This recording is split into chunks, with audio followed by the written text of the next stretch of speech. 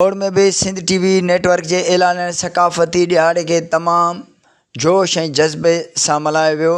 Rally में आयल नौजवाननि पंहिंजा वीचार सिंध टीवी न्यूज़ से हिन रीत वंडिया आहिनि। असां सिंध टीवी के जसद जो क़ौमी सलाम पेश था कयूं जे मज़हबी इंतहा पसंदी खां हटी करे ही अॼु ईद जो ॾींहुं असां सिंधियुनि सां गॾिजी मल्हाइण जो हिकु बहितर क़दम खयो आहे। इन मां इहो साबित थियो आहे त असां सिंधी हिकु एकता जो मतिलबु असां गॾियल आहियूं, विरहायल न आहियूं पाण में। असां हमेशह साथ में रहिया आहियूं ऐं असां तमामु पुरअमन आहियूं। दुनिया वाक़िफ़ आहे त असां सिंधी तमामु पुरअमन आहियूं।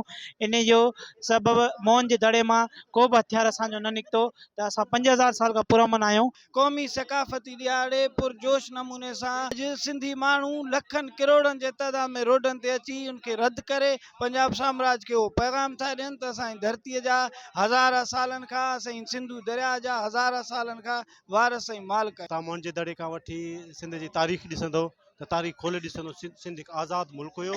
उन खां पोइ अॼु असांजो जेको उनवान आहे ऐं इन खां सिंधूअ में मुंहिंजो साह, सिंधूअ में मुंहिंजो साह सिंधू दरिया ते पंजाब जे ॾाढ ऐं जबर जे ज़ोर ते केनाल छह केनाल पियो करे। असीं सम्झूं था सिंध खे बंजर बणाइण लाइ हू चोलिस्तान आबाद करे सिंध के तबाह करण की कोशिश कई पे वञे। शहर में एक पुरजोश नमूने सां सकाफ़ती रैली कढी आहे। असांजो हिकिड़ो ई एजेंडा आहे त सिंधु दरिया ते दाड़ो नामंज़ूर। अॼु अचणु असांजी ख़ुशी जे ॾींहुं आहे, पर असां ते सदाईं पंजाब साम्राज्य कॾहिं असांजे माण्हुनि जे मथां त कॾहिं असांजे दरिया जे मथां सदाईं जेको आहे सो काबिज़ रहियो आहे। कैमरामैन मेहताब अली सां गॾु मंज़ूर अली ब्रोई, सिंध टीवी न्यूज़ दौड़।